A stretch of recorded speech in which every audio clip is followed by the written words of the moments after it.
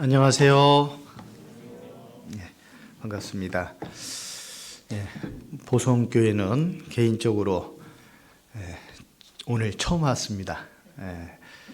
전도인 되고 꽤 오랜 시간이 지났는데 우리 보성교회는 처음 왔는데요. 처음 와서 교회당도 깨끗하고 아늑하고 아주 또 우리 형제 자매님들도 같은 순천권역에서 교제하고 있어서 그런지 더욱더 마음이 좋습니다. 이제 곧 동계 수련회도 이제 하게 되는데 다들 등록하셨죠? 네. 또 참 이제 며칠 후에 또 동계 수련회로 순천에서 또 뵙도록 하겠고요. 오늘 또 함께 기도하고 말씀 함께 배우도록 하겠습니다. 거룩하시고 자비로우신 우리 아버지 하나님, 이 죄 많은 세상 가운데에서 우리를 사랑하시는 하나님의 크고 놀라우신 십자가의 사랑으로 인하여 우리의 모든 죄를 씻김 받고 영원한 천국에 소망을 품고 살 수 있는 은혜를 허락해 주심에 감사를 드립니다. 우리에게 십자가의 사랑을 통해서 천국 소망을 주심은 우리만 구원받고 천국 가는 것이 아니라 또 주변에 이뤄진 영혼들에게 주님의 복음을 전케 하기 위함인 줄 압니다. 세상 사람들은 우리의 말만 보는 것이 아니라 우리의 모든 삶의 전반을 보고 그 가운데서 그리스도인의 향기가 드러날 때 그를 통해서 또 마음이 움직여지고 또 말씀을 통해서 구원으로 연결되는 줄 압니다.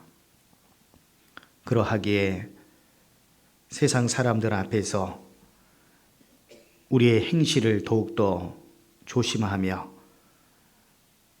하나님을 믿는 사람으로서의 올바른 행실을 증거하며 살아감으로 주변에 이런 영혼들을 건지는 일에 지혜롭게 행할 수 있도록 도와주시기를 원합니다.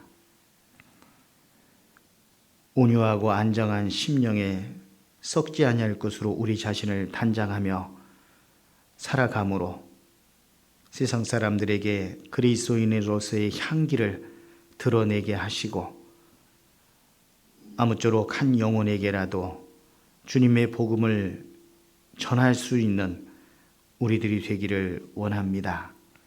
하나님께서 보여주시는 많은 시대의 징조들을 통해서 주님께서 임하실 날이 너무도 가까이 이르렀음을 깨닫게 됩니다. 잠깐 후에 주님 다시 오시는 그날 부끄럽지 않은 모습으로 설 수 있도록 늘 말씀으로 우리 자신을 돌아보게 하시고 또 주님 쓰심에 합당한 그릇으로 예비되어 쓰임받는 그러한 일꾼들이 되기를 원합니다. 세계 곳곳에서 주님의 복음을 위해서 수고하시는 선교사님들과 그 가정 또 동역자들에게 함께해 주셔서 주님의 이 능력의 말씀이 더욱더 힘있게 전파되게 하시고 그로 말미암아 주님이 영광을 받으시기를 원합니다. 올 한 해도 저물어 가고 있습니다. 우리에게 또 얼마의 시간이 남아있는지 정확히 알 수는 없지만 그 주님께서 임하실 날이 너무도 가까이 이르렀음을 알기에 더욱더 깨어 근신하는 마음으로 하루하루를 살게 하시고 혹 우리 마음이 무뎌진 가운데 또 세상을 바라보고 있지 않는지 돌아보게 하시고 그 옛날 믿음의 선진들이 걸어갔던 복음을 따라 또 고난의 발자취를 좇아 우리도 복음과 함께 고난받는 삶을 늘 살아갈 수 있도록 도와주시기를 원합니다. 보성교회를 통해서 주님께서 이루시기를 원하시는 그 선하신 뜻이 더욱 온전히 이루어질 수 있도록 우리 한 사람 한 사람을 귀히 사용해 주시기를 원합니다. 오늘도 주님의 말씀을 통해서 우리가 교훈을 받고 더욱 하나님 앞에 바로 설 수 있는, 또 하나님이 인정하시는 삶을 살아가는 저희들 될 수 있도록 도와주시옵소서. 모든 말씀의 시종을 자비하신 주님의 능력의 손길에만 의지하오며 우리를 너무도 사랑하시는 고마우신 예수 그리스도 이름으로 기도드렸습니다. 아멘. 네, 오늘 성경 말씀 마태복음 8장을 보겠습니다.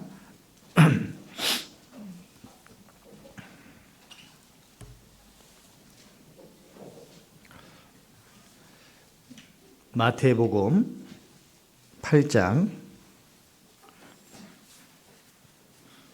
신약 성경 11페이지입니다. 제가 몇 구절 읽어드리도록 하겠습니다. 8장 5절입니다. 예수께서 가버나움에 들어가시니 한 백부장이 나와 간구하여 가로되 주여 내 하인이 중풍병으로 집에 누워 몹시 괴로워하나이다. 가라사대 내가 가서 고쳐주리라. 백부장이 대답하여 가로되 주여 내 집에 들어오심을 나는 감당치 못하겠사오니 다만 말씀으로만 하옵소서. 그러면 내 하인이 낫게 삼나이다. 나도 남의 수하에 있는 사람이요 내 아래도 군사가 있으니 이더러 가라 하면 가고 저더러 오라 하면 오고 내 종더러 이것을 하라 하면 하나이다. 예수께서 들으시고 기이 여겨 좇는 자들에게 이르시되 내가 진실로 너희에게 이르노니 이스라엘 중 아무에게서도 이만한 믿음을 만나보지 못하였노라. 13절은 같이 읽어보겠습니다. 예수께서 백부장에게 이르시되 가라 네 믿음대로 될지어다 하시니 그 시로 하인이 나으니라. 마태복음 15장도 한번 찾아보겠습니다. 15장 여기 잡아두시고요.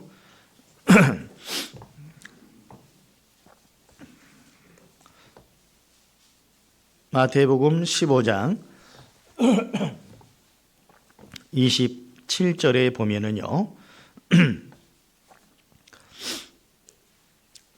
여자가 가로되 주여 올소이다마는 개들도 제 주인의 상에서 떨어지는 부스러기를 먹나이다 하니 28절 같이 읽겠습니다.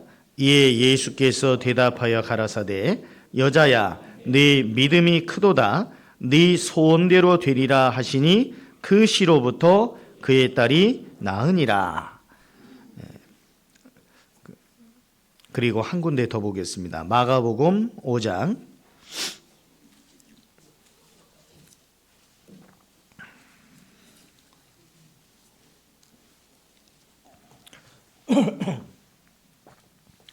마가복음 5장 25절부터 보면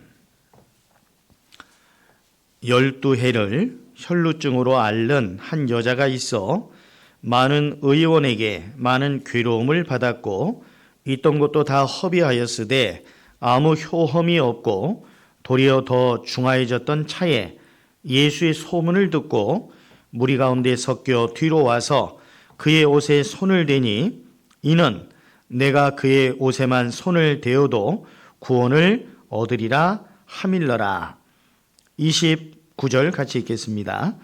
이에 그의 혈류 근원이 곧 마름에 병이 나은 줄을 몸에 깨달으니라. 세 말씀을 읽었는데요. 그 시로부터 그의 딸이 나으니라. 그 시로 그의 하인이 나으니라. 혈류 근원이 곧 마름에. 세 이 말씀들을 통해서 무엇을 알 수 있냐면 주님이 개입하여 주시면 못 이룰 일이 없다라고 하는 겁니다. 주님은 어떤 병든 자라도 고칠 수 있는 능력이 있으신 분이죠. 주님께서 많은 병자들을 고쳐주셨고 또 죽은 자도 살리는 그 능력을 보여주셨습니다. 오늘날에도 이뤄진 영혼들, 죄로 인해서 지옥 갈 수밖에 없는 그 영혼들을 그 말씀으로 살려내시는 일을 지금도 하고 계십니다.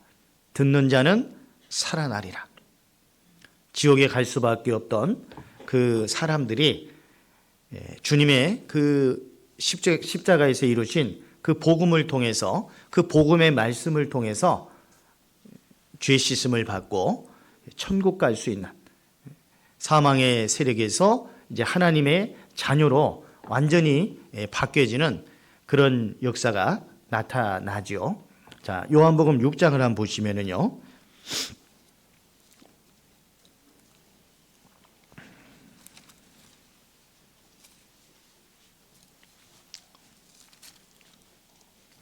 요한복음 6장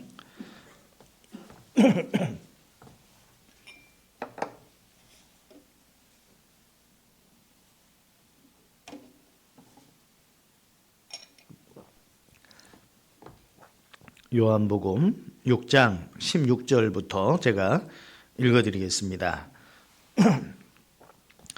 저물매 제자들이 바다에 내려가서 배를 타고 바다를 건너 가버나움으로 가는데 이미 어두웠고 예수는 아직 저에게 오시지 아니하셨더니 큰 바람이 불어 파도가 일어나더라. 제자들이 노를 저 10여리쯤 가다가 예수께서 바다 위로 걸어 배에 가까이 오심을 보고 두려워하거늘 가라사대 내니 두려워 말라 하신대. 21절 같이 읽겠습니다. 이에 기뻐서 배로 영접하니 배는 저의 가려던 땅에 이르렀더라. 예수님의 제자들을 먼저 보내시고 예수님께서는 그 후에 바다 위로 걸어서 제자들에게 오셨어요. 그때 제자들은 예수님을 보고 바다 위로 걸어오시는 예수님을 보고 두려워했다고 되어 있습니다. 그렇지만 내니 두려워 말라 하는 그 말씀을 듣고 주님을 배로 영접하니 배는 곧 저희의 가려던 땅에 이르렀더라. 뭐 축지법을 쓴 것도 아닌데 그들이 가고자 하는 그곳에 곧바로 당도하게 되는 놀라운 기적의 역사가 나타났습니다. 주님은 시공을 초월하실 뿐만 아니라 또 모든 못 이루실 일이 없는, 능치 못하심이 없는 창조주 하나님이시죠. 그래서 그분께서 이 땅에 오셔서 많은 병자들을 고쳐주셨고 그리고 죽은 자도 살려주신 겁니다. 또 이루신 그 복음을 통해서 많은 이뤄진 영혼들을 건져내셔서 사망의 권세에서 하나님의 아들의 나라로 옮기는 그 일을 또 이루어 주신 겁니다. 오늘 읽었던 세 그 말씀들의 공통점은 주님이 개입하여 주실 때 백부장의 하인도 그시로 구원을 받았고 고침을 받았고 또 마태복음 15장에서 수로보니게 여인이라고도 하고 가나안 여인이라고도 하는 그 여인의 딸, 그 딸도 주님이 개입하여 주시니까 그시로부터 그의 딸이 나으니라. 귀신 들렸던 그 딸에게서 귀신이 쫓겨난 겁니다. 마가복음 5장에서는 12년 동안이나 혈루증을 앓고 있던 여인, 많은 의사에게 많은 괴로움을 받았고 전혀 차도도 없고 더 중하해졌던 자에 예수님에 대한 소문을 듣고 뒤로 가서 예수님의 옷자락을 만졌을 때 그의 혈류 근원이 곧 마름에 12년 동안 아무런 차도가 없었고 계속해서 피를 흘리기만 했던 불규칙적으로 그런 그 여인이 곧바로 혈류 근원이 그치게 되는 놀라운 기적의 역사가 나타났습니다. 이 세 말씀의 공통점은 그 시로부터 그 시로 곧 주님이 개입하여 주시기만 하시면 어떤 병든 자도 고침을 받는다라고 하는 이 말씀을 통해서 우리가 한 가지 생각해 볼 것은, 오늘 말씀의 제목이 사랑을 겸비한 믿음의 역사라고 정했는데요. 아까 스크린 통해 보셨습니까? 사랑을 겸비한 믿음의 역사. 또 다르게 표현해 보자면 사랑으로 말미암는 믿음의 역사. 이렇게 이야기할 수 있겠는데, 하나님께서는 믿음 있는 자를 통해서 역사하시죠. 사복음서에서도 많은 기적을 나타내실 때 네 믿음대로 될지어다, 이제 그런 말씀들이 자주 거론이 됩니다. 네 믿음대로 될지어다.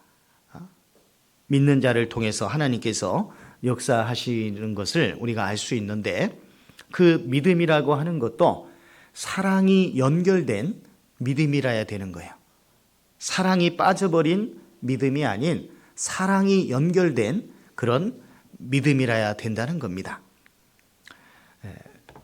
그 독일에 니밀러라고 하는 목사님이 계신데요. 그분이 하루는 꿈을 꿨어요. 어떤 꿈을 꿨냐면, 이제 천국에서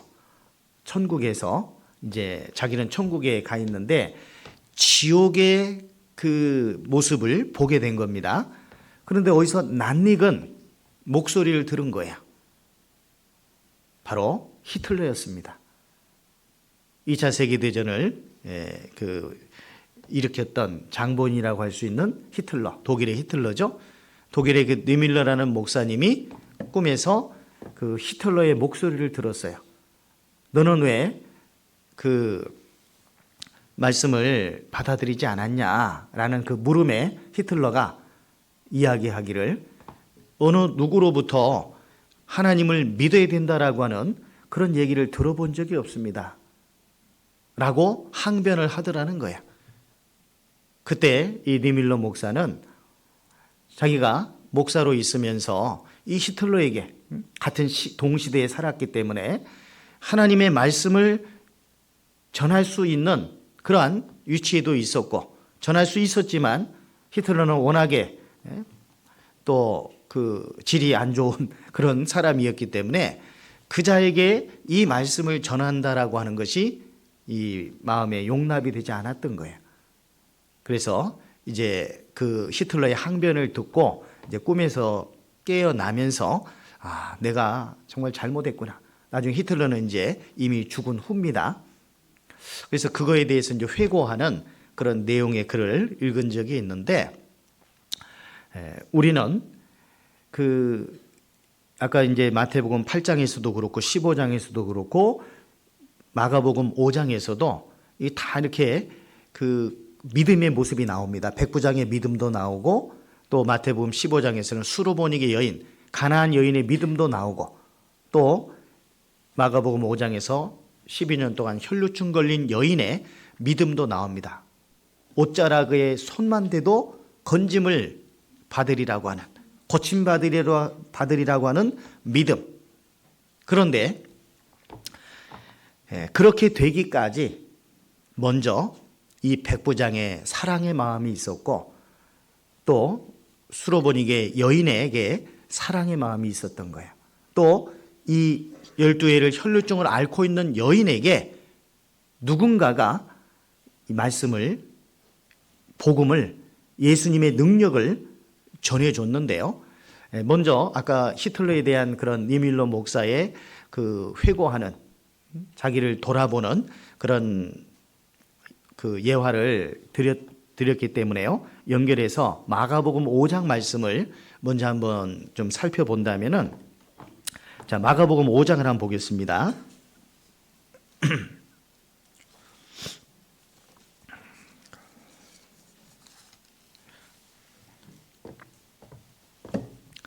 마가복음 5장 25절입니다. 12해를 12년 동안이죠. 혈루증으로 앓는 한 여자가 있어 많은 의원에게 많은 괴로움을 받았고 있던 것도 다 허비하였으되 아무 효험이 없고 도리어 더 중하여졌던 차에 예수의 소문을 듣고 무리 가운데 섞여 뒤로 와서 그의 옷에 손을 대니 이는 내가 그의 옷에만 손을 대어도 구원을 얻으리라 함일러라. 여기에서 혈루증 걸렸다고 돼 있어요. 근데 우리가 조금 구분해야 될 것이 뭐냐면 혈우병이 있고 혈루증이 있어요. 좀 비슷한 것 같은데 다르거든요. 이 혈우병이라는 것은 혈액을 응고시켜주는 인자, 비타민 K, 프로트롬빈이 부족함으로 말미암아 생기는 피가 잘 멈추지 않는 유전병이에요. 우리가 인체 신비, 인체 창조에 대한 말씀 성경 강연회 때도 이렇게 들으면서 그 비타민 K, 프로트롬빈이라는 이 인자가 피를 응고시켜주는 그런 인자다. 그래서 난 지 8일째 가장 혈액 응고 수치가 110%가 된다. 정상인보다 훨씬 높은 그 이후로 점점 줄어들게 된다라고 하는 그런 내용에 대해서 배운 적이 있으실 텐데요. 혈액을 응고시켜주는 인자인 비타민 K와 프로트롬빈이 부족해서 피가 잘 멈추지 않는, 상처가 나서 딱정이가 지고 아물어야 되는데 피가 계속 딱정이가 지지 않고 멈추지 않는 이 병이 바로 혈우병이라는 병입니다. 혈루증이라는 병은 피의 유출이라는 그런 뜻으로서 보통 그 여자들이 월경 때만 이렇게 한 달에 한 번 정도 피가 나오게 되는데 이 병은 그 월경과 무관하게 불규칙적으로 출혈이 나타나는 거예요. 그래서 레위기서 15장에 보면은 이 병을 부정한 병으로 여겼습니다. 부정한 병으로. 그래서 그 여인이 눕는 곳, 앉는 곳, 만지는 것, 모든 것들이 다 부정한 것으로 여겨진 거예요. 이 여인이 눕고 앉고 만지는 모든 것들이 부정한 것으로 여겨졌기 때문에 이 여인은 누구하고 악수도 할 수 없고 누구하고 친밀하게 지내는 것이 어려운 거예요. 세상 말로 왕따. 이 사람하고 가까이 하기 싫은 거예요. 왜? 만지면 다 부정하게 되니까 함께 할 수가 없는 거예요. 그래서 이 마가복음 5장 내용을 가지고 그 복음성가가 나온 게 있죠. 옷자락에서 전해지는 사랑. 그 가사 내용을 살펴보면 오래전부터 날 누르는 내 안에 깊은 절망, 아무 희망도 어떤 기대도 내겐 없는데 사람들의 외면과 날 거절하는 눈빛, 아픈 상처로 짙은 어둠으로 깊이 빠져만 가는데 12년 동안. 그런데 어디선가 들려오는 하나님 아들 주님 이야기, 그분이라면 그의 옷자락이라도 만질 수 있다면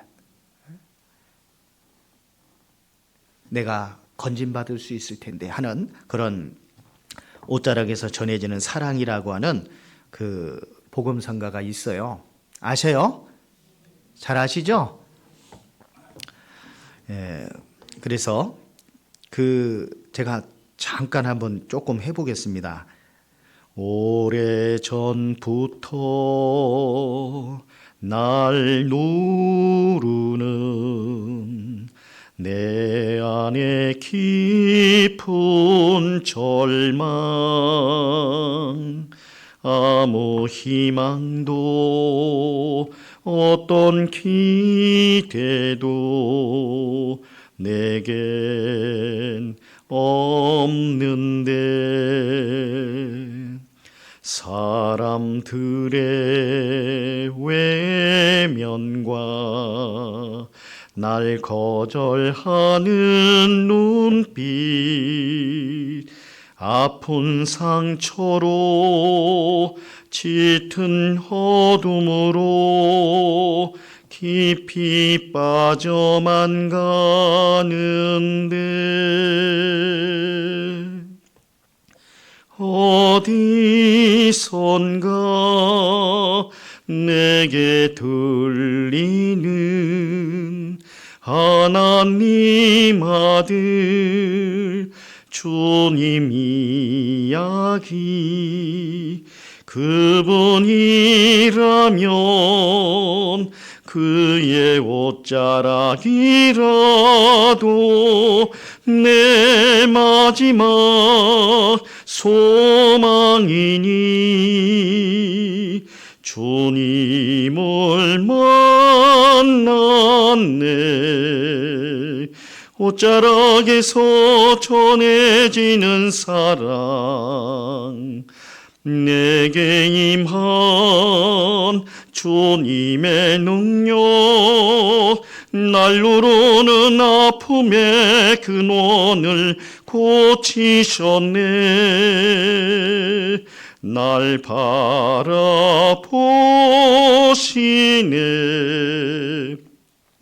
나의 연약함 주님은 아시네. 깊은 절망에서 날 자유케 하신 사랑, 나 찬양해.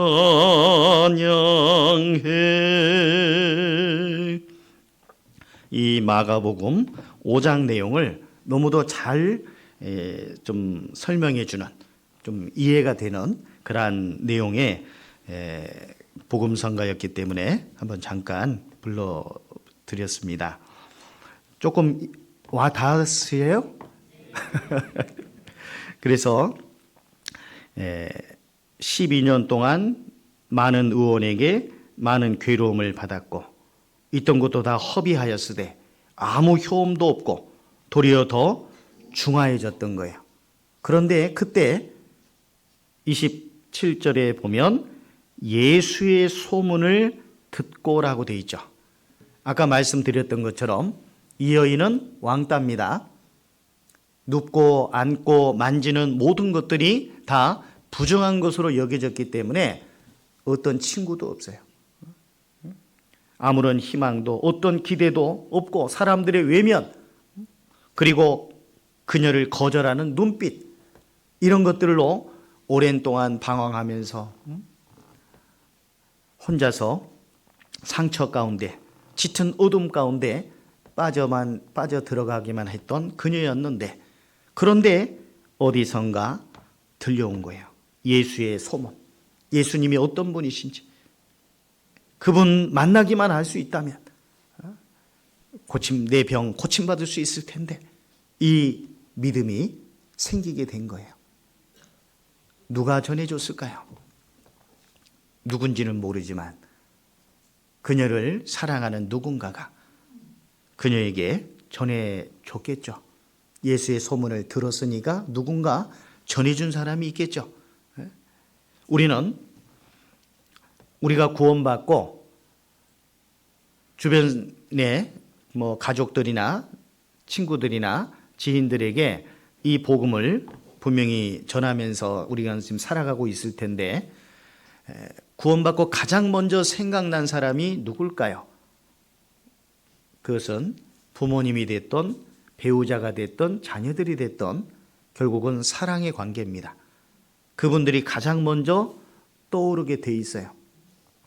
그리고 주변 사람들 전도할 때에도, 예를 들어서 직장 혹은 이웃분들 전도할 때에도 누구를 먼저 전도하냐면은 좀 온순한 사람,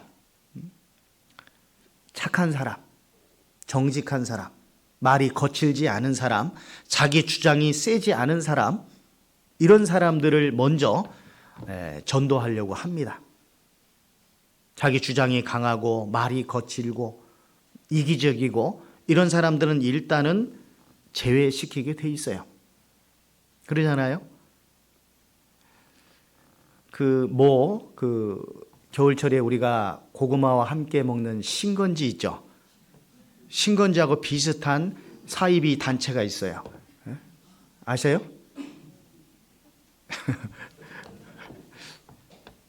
근데 그곳에서는 전도 제외 대상자가 있어요.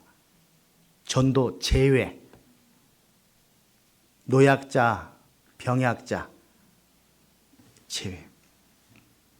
전도하면 거추장스럽다 이 말이야. 노인분들, 병약자들, 장애인들 제외시켜놔버려. 정도의 차이는 있지만 우리가 전도할 때 말 잘 듣고 좀 온순하고 착한 것 같고 이런 사람들한테는 전도하려고 하는데, 거친 사람, 말 함부로 하는 사람, 자기 주장이 강한 사람, 이런 사람들은 일단 제껴놓고 우리가 나름대로 우선순위를 정해놓고 전도를 하는데요. 그 모습도 어떻게 보면 그들의 모습과 그렇게 큰 차이가 있는 것 같지는 않습니다. 우리 주님께서는 악인에게나 선인에게나 햇빛과 비와 만물을 주셨잖아요. 그죠? 나는 악인의 죽는 것을 참아보지 못하고 악인이 그 길에서 돌이켜 떠나 살기를 원한다고 말씀하셨잖아요. 이 혈루증 걸린 여인, 왕따였어요. 아무 사람도 그녀와 함께 하지 않았어요. 외면했고 거절했어요. 그런데 그녀에게 누군가 예수님에 대해서 전해준 거예요. 얼마만큼 자세히 전해줬는지 그의 옷에만 손을 대어도 건짐받으리라고 하는 그 믿음을 갖도록 만들었어요. 그리고 실제로 실천에 옮겨서 예수님 등 뒤로 가서 예수님의 옷자락을 만짐으로 그녀의 혈루근원이 고침받은 이 사건. 예수님 뒤로 가서 옷자락에 손을 대는 일이 쉬운 일일까요? 어려운 일일까요? 단편적으로 보면 쉬운 일 같지만 이건 쉬운 일이 아니에요. 이 상황은 회당장 야이로의 딸을 살려주기 위해서, 죽은 회당장 야이로의 딸을 살려주기 위해서 그 회당장 야이로의 집으로 가는 그 상황에서 벌어진 사건이에요. 많은 사람들이 예수님과 함께 몰려가고 있었습니다. 회당장 야이로의 집으로. 자, 마가복음 5장 23절에 보시면, 22절에 보시면 회당장 중 하나인 야이로라 하는 이가 와서 예수를 보고 발 아래 엎드려 많이 간구하여 가로되 내 어린 딸이 죽게 되었사오니 오셔서 그 위에 손을 얹으사 그로 구원을 얻어 살게 하소서 하거늘, 이에 그와 함께 가실새 어떤 무리가?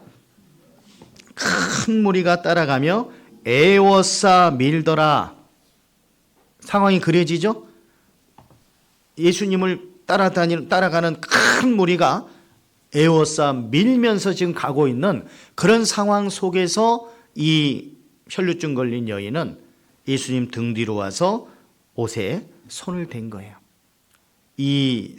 이러한 행동은요, 생명을 건 믿음이에요. 왜?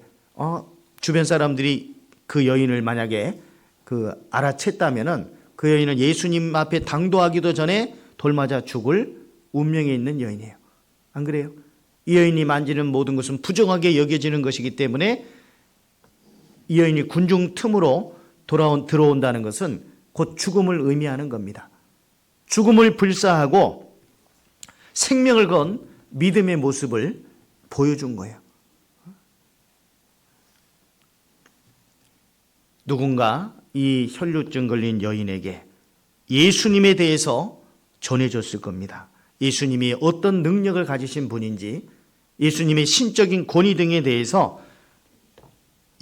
자세히 얘기를 해줬기 때문에 예수님의 옷자락만 만질지라도 건진받지 않겠나라는 이런 믿음을 갖게끔 만들어 준 거예요.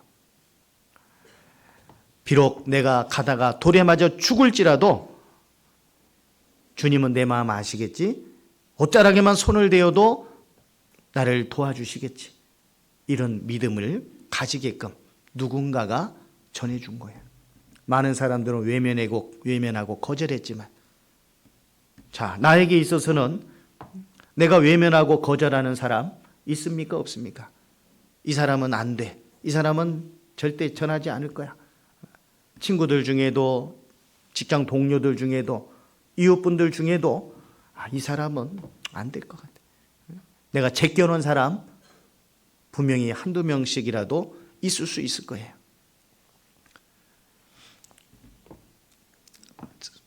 처음에 말씀드렸던 것처럼 우리가 구원받고 처음에 생각나는 사람이 누구였냐면 사랑하는 사람이었습니다. 가족들이었습니다. 그런데 또 어떤 가족은요, 비록 부모님이라 할지라도 그 부모님에 대한 사랑이 결여될 때, 어떤 여러 가지 상황 속에서 부모님에 대한 사랑이 없는 경우도 있어요. 왜? 어렸을 때 부모님 밑에서 자란 게 아니라 할아버지 할머니 밑에서 자라고 친척 집에서 자라고 이제 그런 경우의 분들을 보게 됩니다. 그런데 부모님인데 전도하고 싶은 마음이 별로 없는 그런 경우를 봐요. 또 어떤 경우는 형제들인데도 전도하고 싶은 마음이 없는 그런 분들도 봅니다. 왜? 어린 시절에 그렇게 형제 관계가 좋지 않았기 때문에 싸우고 지지고 볶고 그렇기 때문에 커서도 그렇게 정이 없는 거예요. 그러니까 별로 그렇게 간절하게 전하고 싶은 마음이 없어요. 비록 부모님이라 할지라도 전하고 싶은 마음이 없어요. 사람은 인지상정이기 때문에 그래도 사랑받고 사랑받았던 그런 경우가 있었을 때 더 애정이 가고 전하고 싶은 마음이 있고 그런 것들이 좀 적을 때는 그 사랑의 마음도 적은 것이 사실이긴 합니다. 그러나 우리는 비록 천천지 원수와 같은 그런 사람들일 망정 그들에게라도 복음을 전해야 되는 거예요. 주님은 죄악된 이 인간 세상까지 낮아지셔서 오신 이유가 뭡니까? 그 영혼들을 건져주기 위해서 그러잖아요. 벌레인 사람, 구덕인 인생과도 같은 나를 건져주기 위해서 주님께서 이 땅에 오셨지 않습니까? 자, 마태복음 8장 돌아가 보시면 그래서 이 사랑의 마음이 없이는 우리가 끝까지 전도하기가 어렵습니다.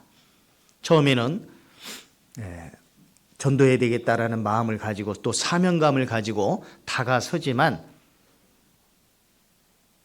그거에 대해서 어떤 반대적인 어떤 상황이 주어지게 되면은 그 사랑의 마음이 오히려 미움으로 바뀌게 되고 때로는 증오로까지 바뀌게 되는 그런 경우들이 있죠. 전도했는데 내 말을 거절하고 내 말을 받아주지 않고 또 듣기는 들었는데 전혀 남는 것도 없는 것 같고 하나님 살아계신 것도 인정도 안 되고 그렇게 되면은 내 마음속에서는 내 마음을 다 올인해가지고 다 쏟아가지고 그 사람 전도하는데 시간과 물질과 정력과 모든 것들을 다 쏟아부었는데 드러나는 결과는 아무것도 아니에요. 하나님 살아계신 것도 제대로 알지도 못하고 그럴 때 실망하게 되고 미운 마음을 갖게 됩니다. 사랑의 마음이 바뀌어지는 거예요. 미운 마음으로. 이렇게 잘 전해줘도 못 믿냐? 그런 어떤 생각이 올라오게 되는 거예요. 예전에 제가 전에 있던 교회에서요. 말씀이 다 끝나고 나서 어떤 할머니가 그러시더라고요. 이런 말씀 들어도 구원 못 받으면 바보요. 뭐라고요? 바보라고. 그것도 큰 소리로. 아이고 할머니 그렇게 하시면 안 돼요. 이렇게 말씀드렸는데 그분 입장에서는 그렇잖아요. 이렇게 쉽게 얘기하고 증거가 이렇게 많은데도 구원을 못 받으니 그 할머니 입장에서는 바보라고 생각한 거예요. 또 어떤 분은 말씀을 듣기는 들었는데 구원을 못 받아요. 그러면 그 실망하는 마음이 있죠. 왜 없겠어요. 근데 그 실망하는 마음이 그냥 얼굴로 다 드러나. 그러니 그분이 나중에 또다시 말씀 들어보자고 권유하면 듣겠어요? 안 듣겠어요? 그 실망하는 모습을 봤기 때문에 또다시 그 모습을 보여주고 싶지 않아서 안 듣겠다고 할 거예요. 또 어떤 분은 며칠 나와서 말씀 들었는데 끝까지는 못 들었죠. 그러니 또 그거에 대한 실망감 때문에 실망감이 또 얼굴에 표현이 되잖아요. 나중에 다시 들어보자고 권유하면 또 듣지 않습니다. 사실 오늘날 현대인들 한가한 사람 없습니다. 다들 바쁘죠. 그잖아요.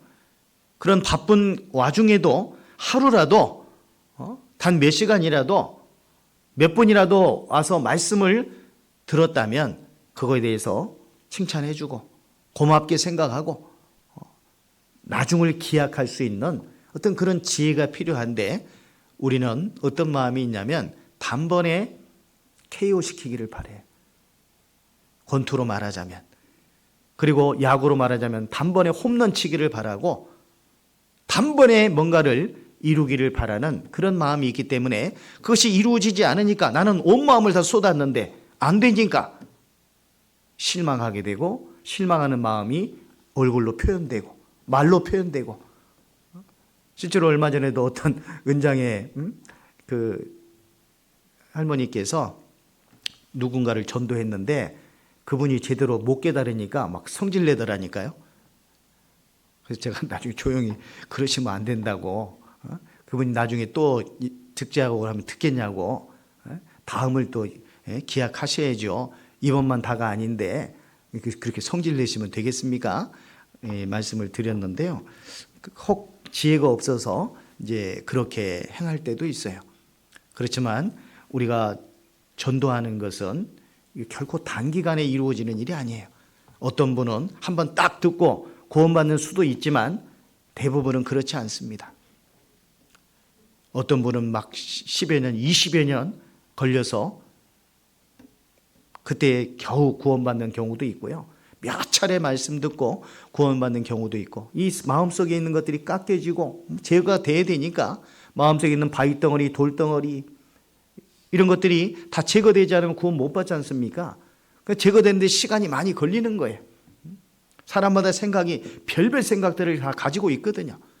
우리는 증거가 딱 제시되니까 참 놀랍다 받아들이지만 어떤 분들은 또 여러 가지 의문을 또 제기하거든요. 정말 기발한 생각들을 하는 경우들이 참 많거든요. 근데 그런 것들 다 인내심을 가지고 계속 말씀 듣게 하면 결국 풀어지거든요. 안 그래요? 근데 그것을 참지 못하고 도중에 폭발시키고 마음이 어두워진 어떤 얼굴 빛을 보여주고 그렇게 됐을 때는 참 어렵게 됩니다. 더욱더. 그래서 끝까지 인내하는 마음, 그 사랑하는 마음이 필요해요. 바다와 같이 넓은 마음, 모든 것들을 다 포용하는 바다와 같이 넓은 마음이 우리에게 필요한 것이고요. 끝까지 참는 인내의 마음도 필요합니다. 내가 정말로 그 영혼을 불쌍히 여기는 마음을 갖고 있다면 그분이 구원받을 때까지 참고 인내하며 계속해서 기회를 만드는 그런 시간을 갖게 될 겁니다. 시편 126편 5절 6절 잘 아시죠? 눈물을 흘리며 씨를 뿌리러 나가는 자는 정녕 기쁨으로 그 단을 가지고 돌아오리로다. 왜 눈물을 흘리며 씨를 뿌린다고 하셨을까요? 보성도 농촌 지역이니까 농사 지으시는 분들이 계실 텐데 씨 뿌릴 때 눈물 흘립니까? 땀 흘립니까?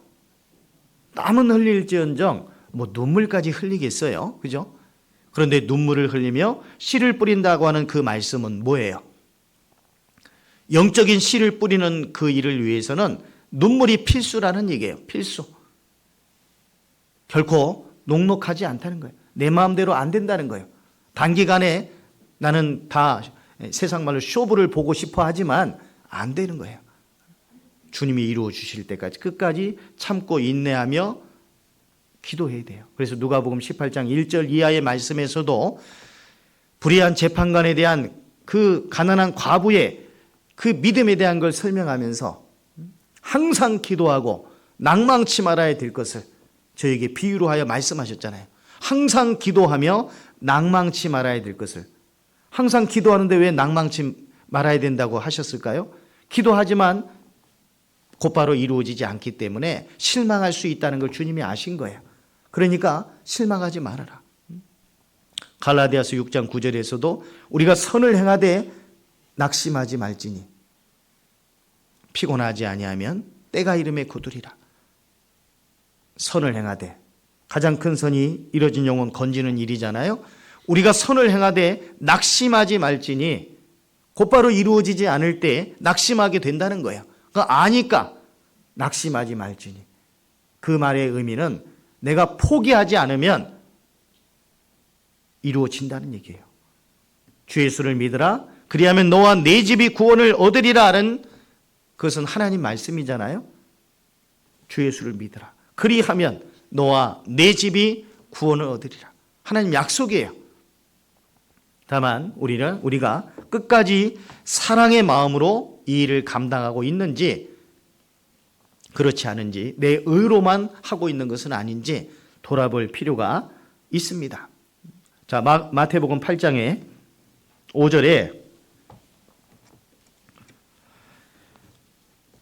예수께서 가버나움에 들어가시니, 가버나움에 들어가셨어요. 자, 가버나움이 어디일까요?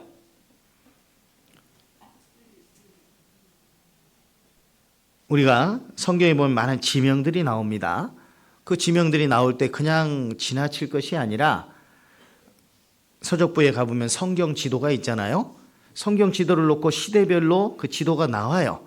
지도를 펼쳐놓고 가버나움이 어디 있는지, 갈릴리는 어디 있는지, 나사렛은 어디 있는지, 베들레헴은 어디 있는지, 이런 것들을 좀 살펴보면서 위치를 기억하면서 성경을 읽으면 훨씬 더 은혜가 됩니다. 이 가버나움이라는 것은 갈릴리 호수 위쪽에 있는, 위쪽, 서쪽 위쪽에 있는 그러한 지명이고 지역이고, 특별히 예수님께서 이 가버나움 지역에서 사역을 여러 번 하셨던 그런 내용이 성경 사복음서에 많이 기록이 되어 있어요. 그런데 여기서는 또 예수께서 가버나움에 들어가시니라고 되어 있죠. 예수님이 그곳으로 들어가신 거예요. 우리가 어느 지역에 가지 않습니까? 근데 거기를 간다는 것은 어떤 목적이 있잖아요. 목적이. 그냥 대충 괜히 가는 게 아니잖아요. 발길 닿는 대로, 방랑신 김삿갓처럼 발길 닿는 대로 가는 것이 아니잖아요. 주님의 행적은 사복음서에서 여러 곳을 많이 다니셨는데, 주님이 다니셨던 그 발걸음은 아무 곳이나 가셨던 것이 아니에요. 주님을 필요로 하는 곳, 주님을 찾는 곳, 찾는 사람들이 있는 곳, 그곳에 주님이 가신 거예요. 누가복음 19장에서도 여리고로 들어 지나가시더라. 예수님이 죄악의 도성인 여리고성에 왜 들어가셨어요?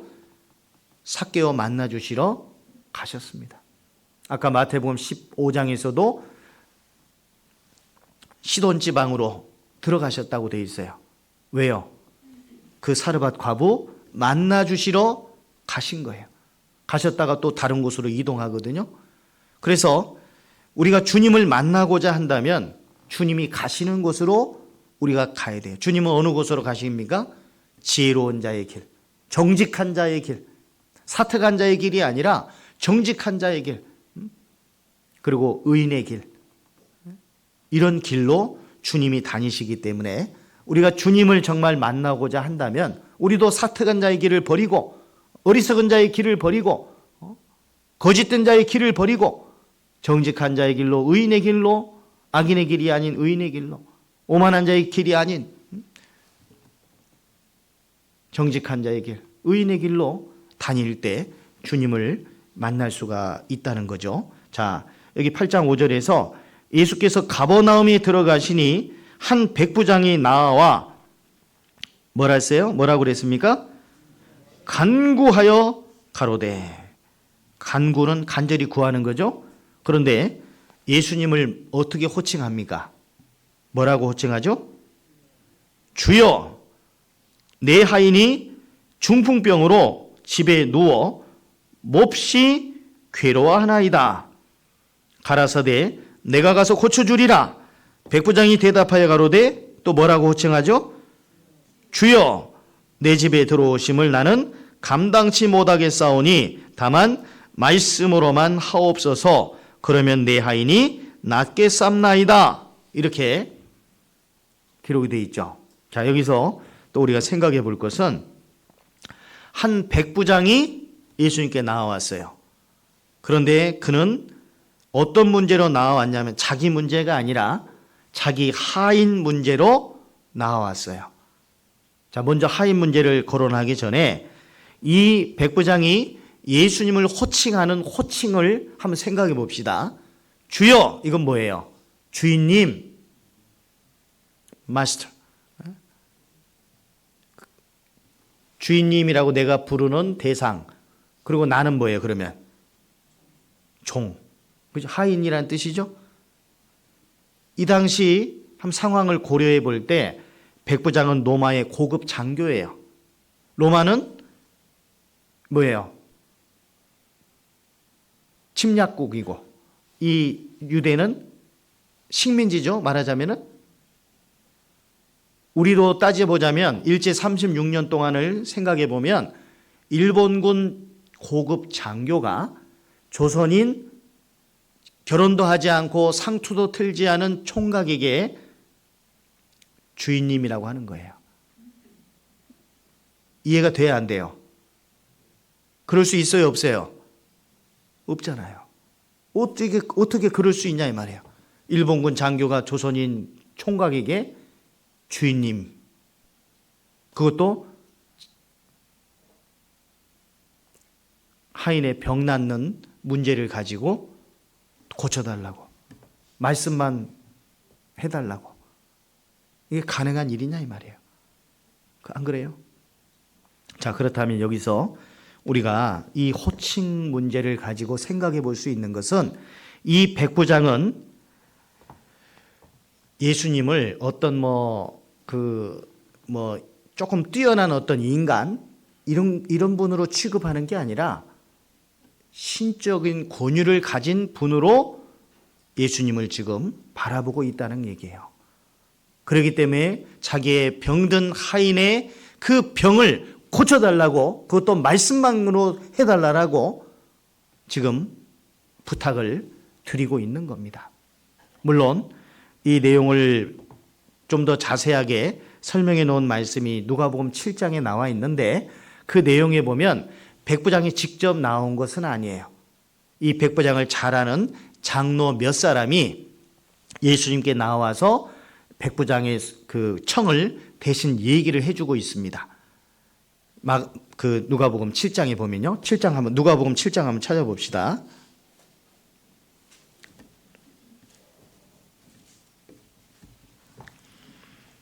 신약 100페이지.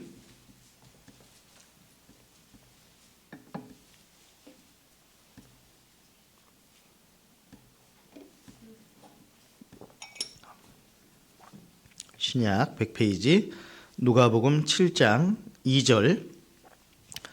어떤 백부장의 사랑하는 종이 병들어 죽게 되었더니 예수의 소문을 듣고 유대인의 장로 며칠 보내어 오셔서 그 종을 구원하시기를 청한지라. 이에 저희가 예수께 나와 간절히 구하여 가로되 이 일을 하시는 것이, 백부장의 하인을 고쳐주는 것이 이 사람에게는 합당하니이다. 저가 우리 민족을 사랑하고 또한 우리를 위하여 회당을 지었나이다 하니, 예수께서 함께 가실새 이에 그 집이 멀지 아니하여 백부장이 벗들을 보내어 가로되 주여 수고하시지 마옵소서. 내 집에 들어오심을 나는 감당치 못하겠나이다. 그러므로 내가 주께 나아가기도 감당치 못할 줄을 알았나이다. 말씀만 하사 내 하인을 낫게 하소서. 자, 마태복음에서 마태는 백부장이 장로 몇을 통해서 부탁한 이 내용보다는 결국은 백부장이 부탁한 거나 마찬가지이기 때문에 이렇게 표현을 한 거고, 정확하게 엄밀하게 말하면 백부장의 그걸 좋아하는 또 백부장이 그 이스라엘을 그 위해서 헌신했던 부분들을 그 생각하고 있는 장로 몇이 간절하게 예수님께 부탁한 것이 더 맞는 겁니다. 다만 그 이면에는 백부장의 그 믿음의 모습이 있었기 때문에 마태복음에서는 이렇게 표현을 한 거예요. 자, 그래서 마태복음 8장 돌아가 보시면 8장 6절에 가로되 주여 내 하인이 중풍병으로 집에 누워 몹시 괴로워하나이다. 자, 이 표현을 보면 아까 누가복음 7장에서는 백부장의 사랑하는 종이 병들어 이렇게 되어 있잖아요. 이 당시 종은요, 하인 종은 헬라어로 파이스라는 말이에요. 이 말의 의미는 종이나 노예라는 의미입니다. 이 당시 종이나 노예, 하인들은 그 물건이나 재산상의 어떤 가치로서만 취급받았던 거예요. 어떤 물건 취급, 재산상의 가치. 그런데 일 잘하는 하인들은 그나마 주인에게 그 의미가 있지만은 병든 하인, 병들어서 일도 하지 못하고 누워있기만 하고 또 다른 어떤 일손만 축내는, 밥만 축내는 이런 하인은 주인에게는 애물단지와도 같은 그런 존재인 거예요. 안 그래요? 그런데 이 백부장은 주여 내 하인이 중풍병으로 집에 누워 몹시 괴로워하나이다. 이렇게 말을 하죠.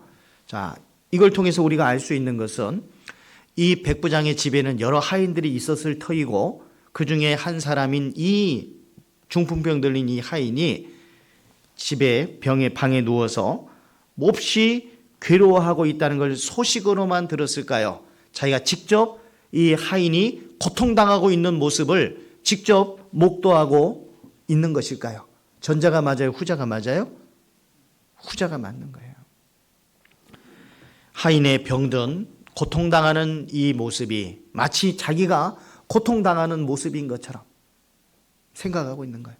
만약에 이 하인이 죽으면 자기 재산상에 손실이 올까 봐 예수님께 부탁하는 걸까요?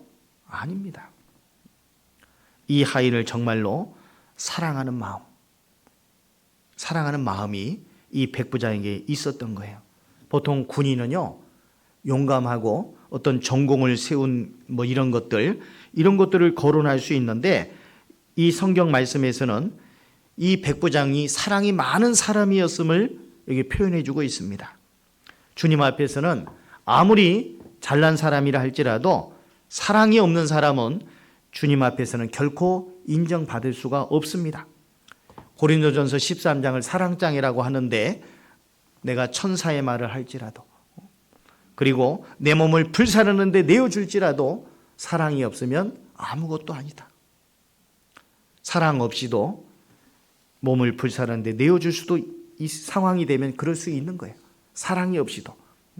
결국 중요한 것은 사랑이 중요한데 모세도 출애굽기 32장에 보면은 시내산에서 십계명 받아가지고 내려왔더니 이스라엘 백성들은 뭐예요?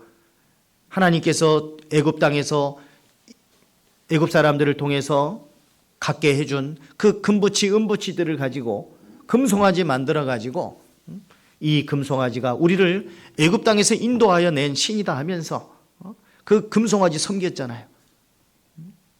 그리고 그 십계명을 다 내던져서 부숴버리고 레인들을 통해서 이스라엘 백성들을 치게 했습니다.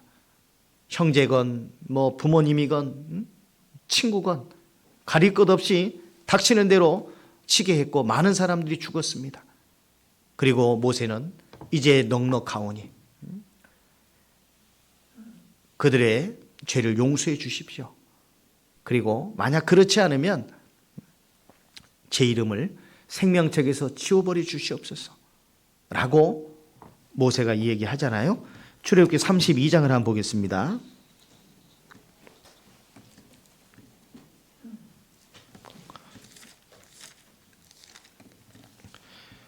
구약 133페이지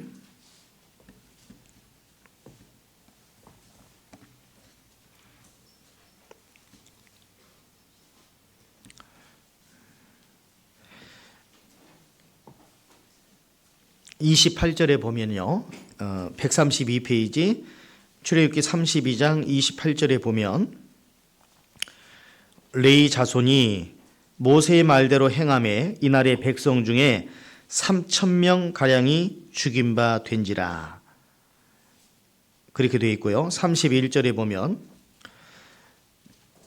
여호와께로 다시 나아가 모세가요 여짜오되 슬프도소이다.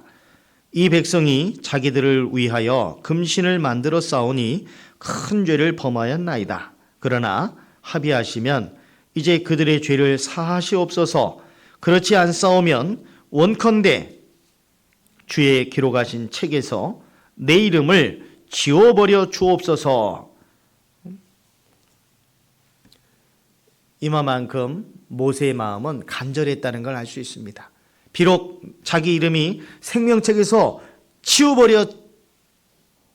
지워버려질지라도 이 백성들의 죄를 사하여 주옵소서 라고 하는 이 모세의 마음, 이런 마음이 정말 사랑하는 마음이죠. 에스라서 9장을 한번 보시면은요, 에스라서 9장, 이 에스라서에서는 1장부터 6장까지는 스룹바벨에 의해서 1차 귀환을 해서 하나님의 그 성전을 제2성전이라고 할 수 있는 스룹바벨 성전을 짓는 내용이 나오고, 7장부터는 에스라에 의해서 2차 귀환이 이루어졌는데, 에스라가 와서 보니까 이스라엘 백성들이 이방 여인들과 그 결혼을 해서 완전히 혼잡하게 된 그런 상황 속에서 에스라는 그들의 지은 죄를 마치 자기가 지은 것처럼 회개 기도하는 그 내용을 볼 수가 있는데요. 자, 에스라서 9장에 보면 2절입니다. 그들의 딸을 취하여 아내와 며느리를 삼아 거룩한 자손으로 이방 족속과 서로 섞이게 하는데 방백들과 두목들이 이 죄에 더욱 으뜸이 되었다 하는지라. 내가 이 일을 듣고 속옷과 겉옷을 찢고 머리털과 수염을 뜯으며 기가 막혀 앉으니, 이에 이스라엘 하나님의 말씀을 인하여 떠는 자가 이 사로잡혔던 자의 죄를 인하여 다 내게로 모여오더라.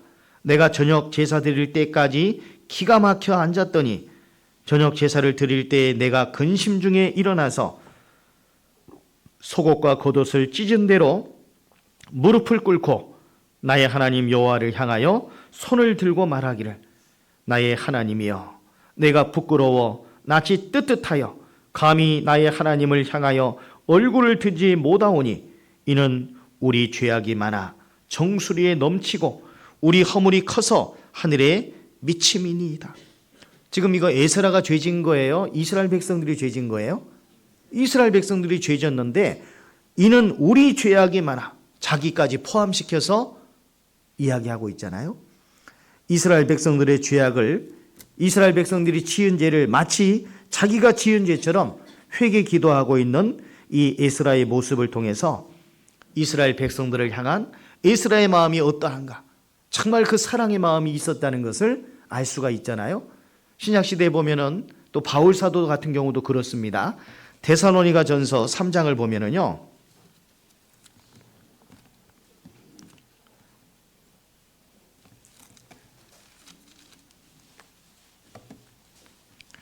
데살로니가 전서 3장 331페이지,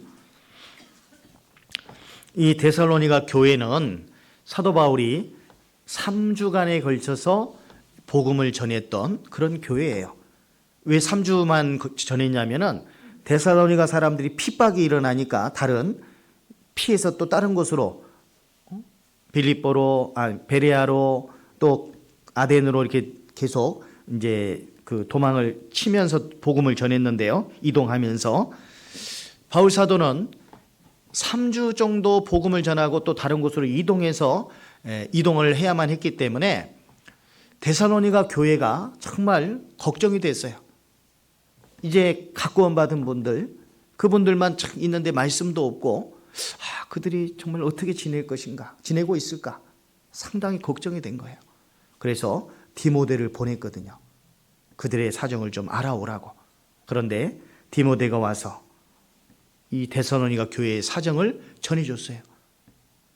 우상을 버리고 사시고 참되신 하나님을 섬기고 다시 오실 주님을 기다리는 그런 신앙의 모습을 가지고 살아가고 있다라고 하는 그 얘기를 듣고 사도 바울이 이렇게 얘기합니다. 자, 보세요. 데살로니가전서 3장 5절에 보면은요, 이러므로 나도 참다 못하여 너희 믿음을 알기 위하여 보내었노니, 디모데를 보낸 거예요. 이는 혹 시험하는 자가 너희를 시험하여 우리 수고를 헛되게 할까 함일러니, 지금은 디모데가 너희에게로부터 와서 너희 믿음과 사랑의 기쁜 소식을 우리에게 전하고, 또 너희가 항상 우리를 잘 생각하여 우리가 너희를 간절히 보고자 함과 같이 너희도 우리를 간절히 보고자 한다 하니, 이러므로 형제들아, 우리가 모든 궁핍과 환난 가운데서 너희 믿음으로 말미암아 너희에게 위로를 받았노라. 8절 같이 읽어보겠습니다. 그러므로 너희가 주 안에 굳게 선즉 우리가 이제는 살리라. 이게 무슨 표현입니까? 그들이 정말 신앙을 버려버리고 살 수도 있지 않을까? 이런 어떤 걱정되는 마음이 있었는데, 그들이 믿음 가운데 행하는 모습을 보고, 비록 지금 바울과 여기 실라죠, 실로아노, 디모데, 이들이 궁핍한 상황, 환난 가운데 있지만 그들의 그 믿음 있는 이 모습을 통해서 위로도 받았고요. 그래서 이제는 우리가 살리라. 이 말이 뭐예요? 이제는 마음 놓겠다는 이 말이에요. 마음을 놓는다 이 말이에요. 걱정했는데, 근심했는데, 혹 잘못 살고 있으면 어떨까? 믿음이 흐트러져 있으면 어떨까? 세상으로 다시 돌아갔으면 어떨까? 이런 마음이 있었는데, 그들이 믿음 가운데 굳게 서 있는 모습을 보니까 이제는 살리라. 이제는 살겠다는 거예요. 이제는 마음이 놓인다는 거예요. 얼마만큼 이 데살로니가 교회 성도들을 향한 이 바울의 마음이 어떠했는가 하는 것을 알 수 있는 그러한 표현인 겁니다. 그렇지 않습니까? 자, 마태복음 8장에 이 백부장의 이 사랑의 마음, 애물단지와도 같은 그런 처지로 생각할 수도 있지만, 이 백부장에게는 이 하인의 병들어 그 죽어가는 모습, 고통당하는 그 모습이 너무너무 안타까웠던 거예요. 몹시 괴로워하나이다. 중풍병으로 집에 누워 몹시 괴로워하나이다. 자, 마태복음 8장 7절입니다. 가라사대 내가 가서 고쳐주리라. 백부장이 대답하여 가로되 주여, 내 집에 들어오심을 나는 감당치 못하겠사오니 다만 말씀으로만 하옵소서. 예수님을 생명의 구주로 고백하고 있는 모습이에요. 예수님을 생명의 구주로, 창조주로서 생각하지 않으면 로마의 장교가 식민지 유대 청년에게 죄라고 부를 수 없는 거예요. 그러잖아요. 그것도 병 고침받는, 병 고쳐주는 이런 일을 위해서 예수님께 나와왔다는 것은 이 백부장이 믿음이 있었다는 걸 알 수 있는 거예요. 그리고 믿음이라는 건 그냥 생기는 것이 아니기 때문에 예수님이 행하신 많은 기적의 장소, 그 장소에 아마도 이 백부장은 한두 번 정도는 아마 갔었을 것이고, 예수님의 기적을 직접 눈으로 보았을 것이고, 또 예수님의 말씀도 들어봤을 거예요. 그렇지 않고서는 결코 믿음은 생기지 않습니다. 믿음은 들음에서 난다고 했기 때문에 아마도 이 백부장은 어쩌면 이 빌라도 그 당시 총독으로부터 어떤 지시하심을, 명령을 받고 예수님이 많은 사람들을 모아놓고 뭔가를 전하고 있는데 어떤 내용을 전하고 있는지 알아오라. 아마 정보장교 정도 아마 해당되지 않았을까. 뭐 그렇지 않을 수도 있어요. 그러나 그렇게 추측해 볼 수도 있습니다. 다만 중요한 것은 예수님이 행하는 기적의 자리, 그리고 예수님이 말씀하는 그런 말씀들 가운데 분명히 그 가운데서 예수님의 능력을 받고 예수님의 말씀을 통한 예수님이 누군가 하는 것을 믿게 된 그런 경우가 분명히 있었을 거라고 생각됩니다. 그렇지 않고서는 이러한 그 부탁을 드릴 수가 없는 거죠. 자, 그래서 8장 8절에 보면 마태복음 백부장이 대답하여 가로되 주여 내 집에 들어오심을 나는 감당치 못하겠사오니 다만 말씀으로만 하옵소서. 말씀의 권위를 알고 있는 사람이에요. 그러면 내 하인이 낫겠삼나이다. 나도 남의 수하에 있는 사람이요 내 아래도 군사가 있으니 이더러 가라 하면 가고 저더러 오라 하면 오고 내 종도로 이것을 하라 하면 하나이다. 명령 체계를 잘 알고 있는 사람입니다. 주님이 명령하시면 천지가 일제히 선다는 거 이사야 48장에 보면 그 말씀이 나오지 않습니까? 지금도 이 천체가 주님의 능력 가운데서 운행되고 있잖아요. 그죠? 주님의 능력 가운데서 그의 능력의 말씀으로 만물을 붙드시며 능력의 말씀으로 만물을 붙드시는 그분의 능력, 그분이 명령하시면 말씀하시면 모든 것들이 이루어진다라고 하는 그 믿음을 이 백부장은 가지고 있었던 겁니다. 그래서 예수님이 마태복음 8장 10절에서 그 말을 듣고 이렇게 이야기하죠. 예수께서 들으시고 기이 여겨 놀랍게 여기신 거예요. 좇는 자들에게 이르시되 내가 진실로 너에게 이르노니 이스라엘 중 아무에게서도 이만한 믿음을 만나보지 못하였노라. 이건 엄청난 칭찬입니다. 예수님이 3년 반 동안 공생애를 하시면서 그 기간 동안 이 백부장처럼 이런 칭찬을 받은 사람이 있어요, 없어요? 없어요. 오히려 제자들에게는 어찌하여 너에게 믿음이 없느냐? 너에게 겨자씨 하나 할 만한 믿음이 있었다면. 그런 표현 많이 해주셨죠. 그런데 이 백부장에게는 이스라엘 중 아무에게서도 이만한 믿음을 만나보지 못했다. 이만한 믿음. 우리는 어떻습니까? 예수님은 백부장을 이토록 칭찬하셨는데 백부장에는 그 믿음이 있었죠? 하나님이 어떤 분, 예수님이 어떤 분이신지, 예수님이 어떤 능력을 가지신 분인지 잘 알고 있었던 거예요. 우리는 예수님의 능력을 압니까? 예수님이 누구십니까? 창조주시죠. 그죠? 모든 만물을 존재케 하시는 분이시죠. 바다를 불러 그 파도로 소리치게 하나니 내 이름은 만군의 여호와니라. 해를 낮의 빛으로 주었고 달과 별들을 밤의 빛으로 규정하였고 바다를 불러 그 파도로 소리치게 하시는 만군의 주 여호와. 모든 만물을 존재케 하시고 그 모든 만물을 질서 가운데 운행하시는 분. 인간 역사를 미리 아시고 보시고 기록해 주신 대로 이끌어 가시는 분. 말씀 그대로 이루시는 분. 그분을 우리가 아버지라 부르고 살고 있습니다. 그분의 말씀은 거짓됨이 없습니다. 때가 되면 반드시 이루어지죠. 말씀하신 그대로 이루어지잖아요. 우리는 말씀을 액면 그대로 받아들이십니까? 아니면 물건값 흥정하듯이 애누리하면서 마치 깎고 뭐 이렇게 하는 것처럼 내 입맛에 맞는 대로 구미에 맞는 대로 받아들이시지는 않습니까? 성경 말씀은 아버지의 말씀은 진리니이다. 이 성경 말씀은 어떤 한 말씀도 진리가 아닌 말씀이 없는 거예요. 다 진리의 말씀이에요. 반드시 이루어지는 말씀이에요. 너희는 먼저 그의 나라와 그의 의를 구하라. 그리하면 이 모든 것을 너희에게 더하시리라. 맞잖아요? 이 모든 건 뭐예요? 의식주와 관계된 모든 거예요. 먼저 그의 나라와 그의 의를 구하며 살아갈 때 이 모든 것을 너에게 더해 주신다 말씀하신 거예요. 이만한 믿음을 만나보지 못했다. 나에게는 얼마만큼의 믿음이 있는 것일까요? 이만한 믿음을 갖고 있는 이 백부장에게 주님이 말씀하십니다. 마태복음 8장 13절에서 보면 예수께서 백부장에게 이르시되 가라 네 믿음대로 될지어다 하시니 그 시로 하인이 나으니라. 얼마나 놀라운 일입니까?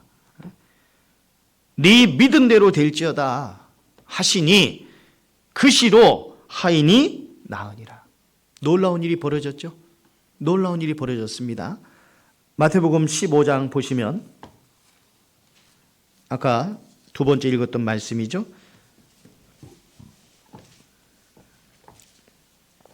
28절에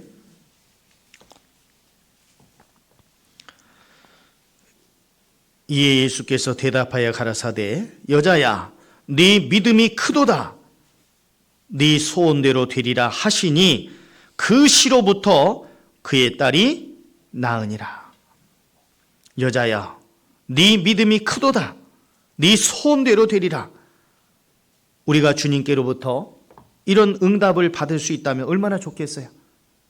이 가나안 여인 수로보니게 여인은 믿음이 크도다 네 소원대로 되리라는 응답을 받았고 백부장은 이만한 믿음을 만나보지 못했다. 이스라엘 중 아무에게서도 그런 엄청난 칭찬을 받았어요. 그리고 그의 소원이 이루어졌어요. 우리에게도 소원이 있죠. 구원받은 그리스도에게는 기본적인 소원이 있어요. 기본적인 원함이 있어요. 주변에 이루어진 영혼들 건지고자 하는 원함. 그런데요, 그 원함은 누가복음 18장에 있는 원한하고는 다릅니다. 원함과 원한은 미음과 니은 차이지만 발음, 받침이 비슷한 것 같지만 엄청난 차이가 있는 거예요. 그리스도인에게는 하나님의 뜻대로 하는 근심이 있어요. 우리가 기쁨과 소망 가운데 살아가고는 있지만 마음속에 근심이 있습니까? 없습니까? 세상적인 것이 있고 없고 그래서 근심하는 게 아니라 내 사랑하는 가족들이 지금 미뤄져 가고 있고 말씀 들어보자고 권유해도 받아들여 주지 않고 그런 것들이 마음에 근심이 돼 있잖아요. 그런데 그것이 단지 바램으로 원함으로 기도하고 하지만 이루어지지 않으니까 또 포기하고 낙담하고 뒤로 미뤄지고 또 게으른 가운데서 기도도 하지 않고 이런 상황들이 발생하게 되는데 그것은 원함이에요. 원함. 그러나 원하는 끝까지 이루어 주실 때까지 포기하지 않고 매달려서 결국에는 기어이 약속을 받아내고야만은 이것이 원한입니다. 주님이 우리에게 보기를 원하시는 것은 원함만이 아니라 원한을 보기를 원하시는 거예요. 원한을 보기를 원하시는 거예요. 끝까지 이루어질 때까지 포기하지 않고 매달리는 것. 그것을 주님은 원하고 계시는 겁니다. 칠판이 있으면 뭘 하나 써보려고 그랬는데 칠판이 없네요. 마부위침이라는 말이 있어요. 갈마, 부, 도끼부, 침, 바늘침. 도끼를 갈아서 바늘을 만든다는 거예요.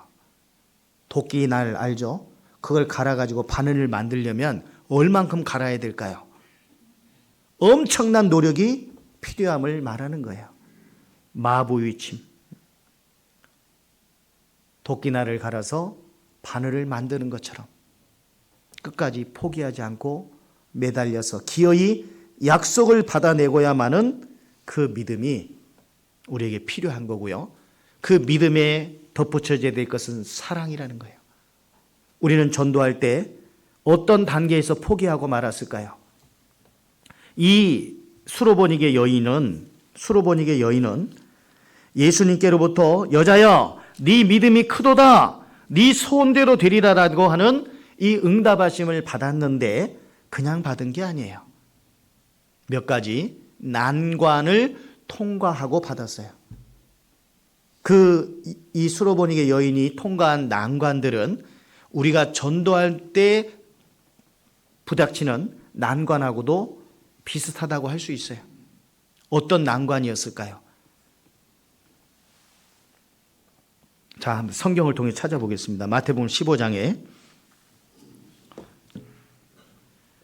21절 예수께서 거기서 나가사 두로와 시돈 지방으로 들어가시니, 여기도 들어가셨죠? 가나안 여자 하나가 그 지경에서 나와서 소리질러 가로되 주 다윗의 자손이여 나를 불쌍히 여기소서 내 딸이 흉악히 귀신 들렸나이다 하되, 23절이 첫 번째 난관이에요. 예수는 한 말씀도 대답지 아니하시니, 무응답, 응답이 없어요. 침묵이 계속되는 거예요. 우리도 전도할 때 말씀 들어보자고 권유하지만 아무런 대꾸도 하지 않는 그런 경우도 있어요. 그럼 기분 나빠요. 그죠? 뭐 부탁을 했으면 가타부타 뭐가 있어야 되는데 대꾸도 하지 않는 무응답, 호박에 침 주는 식으로 그런 경우 있죠. 벽 보고 얘기하는 식으로 그런 느낌 받을 수 있죠. 받는 적 있죠. 그러면 답답하고 포기하고 그리고 싶어요. 내 말을 무시하네. 그죠? 그런데 우리는 전도할 때 그런 상황이 주어져도 그것을 이미 계산에 넣어둬야 돼. 예산에 넣어놔야 돼요. 내 말을 신청하지 않아도 포기해서는 안 돼요. 두 번째 난관은 뭐냐면은 23절 제가 읽겠습니다. 예수는 한 말씀도 대답지 아니하시니, 이게 첫 번째 난관이고, 두 번째 난관은 제자들이 와서 청하여 말하되 그 여자가 우리 뒤에서 소리를 지르오니 보내소서. 이것이 두 번째 난관이에요. 주변에서의 핍박. 옛날에 병원에 그 말씀 전해달라고 부탁받고 갔어요. 2인실이었습니다. 그래서 이제 말씀을 쭉 전하고 죄에 대해서도 심판에 대해서도 전하는데요. 그분은 잘 들어요. 그런데 옆자리 2인실이라고 그랬죠? 옆자리에 계신 분이 성질을 내면서 나가라고 그러더라고요. 옆에 있는 사람이 방해를 해요. 그분은 거기에서 전하지 않으면 안 되는데 그 당시에는 뭐 효도폰도 없고 뭐 그런 것도 없었을, 아주 오래전 얘기입니다. 20, 30년 전 얘기예요. 2인실인데 한 사람이 막 방해를 하니까 전하기가 어렵더라니까요. 그런 어떤 난관도 있을 수가 있어요. 특히 병원에서 상담하고 할 때는요. 뭐 4인실, 5인실은 특히 더 하겠죠. 주변 사람들의 방해. 요즘은 뭐 그 귀에다 꽂고 이렇게 할 수 있는 방법도 있고, 뭐 포터블용 그 CD도 이렇게 꽂고 들을 수도 있고 여러 가지 방법이 있긴 하죠. 그래서 주변 사람들의 어떤 방해, 핍박도 있어요. 자, 세 번째 난관은 뭘까요? 24절에 보면 예수께서 대답하여 가라사대 나는 이스라엘 집에 잃어버린 양 외에는 다른 데로 보내심을 받지 아니하였노라 라고 하는 세 번째 난관. 이건 뭐냐면 냉정히 거절하는 난관이에요. 나는 전도했는데 냉정히 거절당하는 경우 있어요, 없어요? 있죠. 냉정히 거절당해. 냉정히. 그러면 완전히 이건 뭐냐면 정이 뚝뚝 떨어져요. 그죠? 그래도 그것도 예산에 넣어야 돼요. 냉정히 내가 거절당해도 포기하지 않겠다라고 하는 그 믿음이 우리에게 필요합니다. 자, 그런데 25절에 보면 이 여자는 포기하지 않았어요. 여자가 와서 예수께 절하며 가로되 주여 저를 도우소서. 대답하여 가라사대 자녀의 떡을 취하여 개들에게 던짐이 마땅치 아니하니라. 이건 네 번째 난관이에요. 뭘 말할까요? 저주하면서 거절하는 거예요. 저주하면서. 개, 돼지처럼 취급하는 거예요. 우리의 인격을 완전히 모독하는 그런 수준까지 나아갈 수 있어요. 나는 전도하는데 완전히 나를 인격을 모독하고 개, 돼지 취급하고 이런 경우에는 우리 어떤 마음 들까요? 그래, 내가 너 잘 되라고 전도한 건데 정 싫다면 어쩔 수 없지 뭐 하고 이제 포기해버리고 말죠. 자기 인격 모독했기 때문에요. 마음에 분한 마음도 있고 이제 포기해버립니다. 그런데 이 가나안 여인이 어떻게 주님께로부터 응답을 받았습니까? 이런 상황까지 갔지만 끝까지 포기하지 않았어요. 27절 여자가 가로되 주여 올소이다마는, 저 개입니다. 올소이다마는 개들도 제 주인의 상에서 떨어지는 부스러기를 먹나이다 하니 이에 예수께서 대답하여 가라사대 여자야 네 믿음이 크도다 네 소원대로 되리라 하시니 그 시로부터 그의 딸이 나으니라.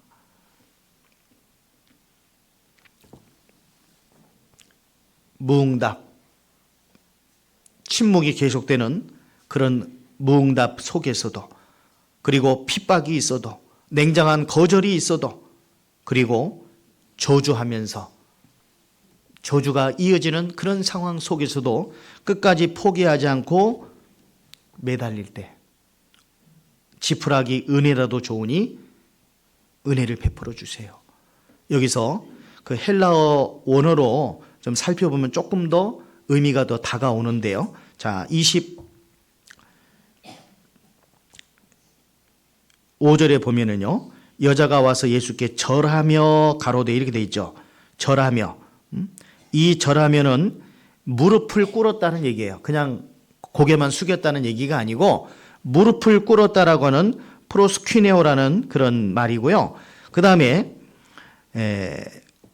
27절에 보면 여자가 가로되 주여 올소이다마는 개들도 제 주인의 상에서 떨어지는 이 떨어지는이 핍토라는 말인데 가장 낮은 곳을 의미한답니다. 가장 낮은 곳에 떨어져 있는 그것도 부스러기. 이 부스러기는 푸시키온이라는 말인데 가장 작은 조각을 의미한대요. 가장 낮은 곳에 떨어진 가장 작은 조각, 좀 큰 조각도 있을 거 아니에요. 큰 부스러기도 있을 거 아니에요. 그런 거 말고 아주 작은 조각의 부스러기라도 좋으니 그거 베풀어 주세요. 부스러기 은혜라도 좋으니 은혜를 베풀어 주세요. 옷자락만 만져도 건진 받으려는 그 믿음. 이 가나안 여인 역시 이 마음이 있었던 거예요. 만약에 이 여인이 자기 문제로 왔다면 아마 욕하고 막 돌아갔을 수도 있을 거예요. 근데 왜 끝까지 이렇게 매달리죠? 사랑하는 딸 문제로 왔기 때문에. 자기 사랑하는 딸. 주님이 능력을 조금만이라도 베풀어 주시면 자기 딸이 귀신이 쫓겨갈 것이기 때문에 그걸 아니까, 주님의 능력을 아니까 포기하지 않고 매달리는 거예요. 우리도 전도할 때 이런 몇몇 가지 난관이 있을 수 있어요. 그걸 이미 예산에 넣어둬야 됩니다. 전도하는 게 쉽지 않다고 그랬죠? 눈물을 흘리며 씨를 뿌리러 나가는 자 정녕 반드시 기쁨으로 그 단을 가지고 돌아올 것이라는 주님의 약속이 있습니다. 장기 둘 때 장기 둬봤어요? 장기 둘 때 뭐 잡히면 져요? 왕 잡히면 져요. 왕. 예를 들어서 그 쫄도 있고 병졸들도 있고 말 타고 뭐 이렇게 다니고 차, 포는 막 건너뛰고 차는 막 일직선으로 막 가서 상대방을 잡고 하는 그런 건데요. 아무리 상대방 거 뭐 차포, 뭐 상마 다 잡아도 왕 잡히면 져요. 그런 거 아무리 많이 잡았어도 왕 잡히는 수가 있거든요. 저도 뭐 잘은 못 두지만 조금은 두는데 승승장구 막 상대편 거 많이 잡았어요. 기쁨이 도취돼서 막 하다가 결국 왕 뺏겼잖아요. 그럼 지는 거예요. 게임의 룰이라는 것은 룰을 지켜야 되잖아요. 옛날 그 주일 아침에 장학 퀴즈라는 걸 했어요. 지금도 하는지는 모르겠지만 내노라는 고등학생들 전국에 그 좀 공부 잘하는 학생들 몇몇 명씩 이렇게 해가지고요 주마다 장학 퀴즈라는 걸 했잖아요. 그래서 쭉 기장원전 이렇게 나가면은요 그 대학 등록금도 장학금으로 주고 그랬었습니다. 그런데 거기 보면 인문, 사회, 뭐 예능, 뭐 언어 많은 사회 영역들이 있어요. 그 문항들이 쭉 있습니다. 그래서 이제 문제를 맞춰가는 거예요. 그런데 10문제 맞춘 사람이 있고 5문제 맞춘 사람이 있고 3문제 맞춘 사람이 있어요. 학생이. 그럼 누가 이겨요? 이 문제에는 좀 생각해야 될 게 있어요. 10점짜리도 있고 20점짜리도 있고 50점짜리도 있어요. 10점짜리 10개 맞추면 몇 점? 100점. 20점짜리 5개 맞추면 100점. 50점짜리 3개 맞추면 몇 점? 150점. 누가 이겨요? 3개 맞췄지만 세문학 맞힌 사람이 이겨요. 배점이 높은 거. 이 말씀을 왜 드리냐면 우리가 주님을 위해서 말씀도 배우고 봉사도 하고 헌신도 하고 많은 걸 하는데요. 그중에서 가장 큰 배점이 뭐냐? 영혼 건지는 일이에요. 영혼 건지는 일.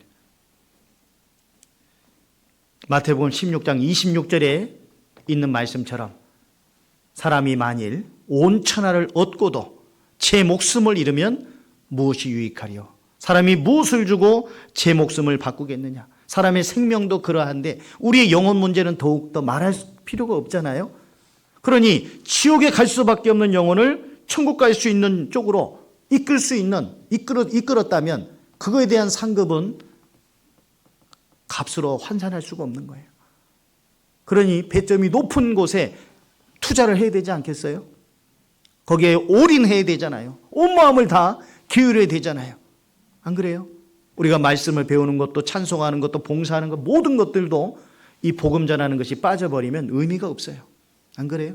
우리가 동계수련을 하는 목적도 그것을 통해서 힘을 받고 우리 마음을 다시 추스리고 새롭게 세상으로 향했던 우리의 마음을 더욱더 주님 앞으로 향하게 해서 뭐 하려고요?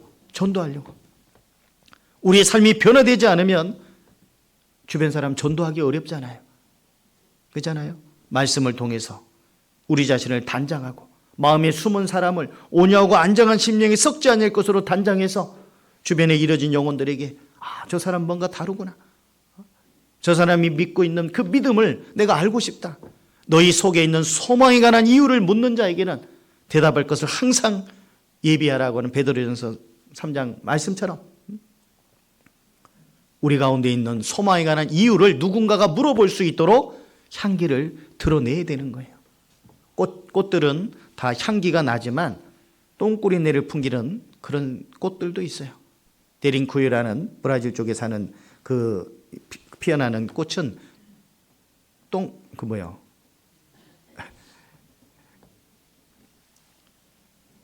냄새가 나는 거예요. 화초에서. 그럼 누가 와서 수분을 도와주냐? 똥파리가 와서 도와줘요. 보통은 벌과 나비가 와서 도와주는데 우리는 향기 나는 삶을 살아야 됩니다. 그리스도인의 향기를 드러내야 돼요. 주변 사람들에게. 주변 사람들 우리의 말만 듣기를 원하지 않습니다. 우리의 행실. 말은 잘하는데 이기적인 삶을 살고 거친 삶을 살고 본이 되지 못하는 삶을 살게 된다면 어떻게 될까요? 복음은 전해질 수가 없어요. 향기를 드러내도 어려운 것이 사실인데 향기마저 없다면 그리고 악취가 난다면 그건 더더욱 안 되는 겁니다. 그래서 우리는 이 마부 유침의 마음을 가지고 도끼날을 갈아서 바늘을 만드는 그런 마음으로 주변에 이뤄진 영혼 건지는 일을 위해서 끝까지 사랑의 마음을 품고 그들이 내 말을 잘 들어주든 잘 안 들어주든 포기하지 말고 끝까지 매달려서 결국 약속을 받아낼 수 있는 그러한 믿음 있는 그리스도인의 삶을 살았으면 좋겠습니다. 이제 올 한 해도 마감되어지고 있는 시점에서 연초에 계획하고 작정했던 그 기도의 응답이 이루어졌는지 또 그러한 삶을 제대로 살았는지 돌아보시고 남은 시간들도 정말 의미 있게 보내야 되겠고 동계 수련을 통해서 더욱더 말씀 가운데서 우리 자신을 돌아볼 수 있는 그래서 또 새해를 새로 다짐할 수 있는 그런 귀한 시간이 됐으면 좋겠습니다. 같이 기도하겠습니다. 거룩하신 하나님 아버지, 우리를 구원해 주신 그 의미와 목적을 더욱더 생각하게 하시고 아직 구원받지 못한 이뤄진 영혼들 건지는 일이 너무도 소중하다는 것을 알기에 그 일을 위해서 우리의 시간과 물질과 힘과 재능과 모든 것들을 총동원해서 영혼 건지는 일에 힘쓸 수 있도록 도와주시기를 원합니다. 앞으로 남은 시간들도 주님의 영광만을 위해서 살 수 있도록 더욱더 우리를 사용해 주시고, 특별히 동계 수련회에서 말씀과 교제를 통해서 큰 힘을 얻어서 또 새 일을 잘 설계할 수 있도록 도와주시기를 원합니다. 주 예수 그리스도 이름으로 기도드렸습니다. 아멘. 은혜 찬송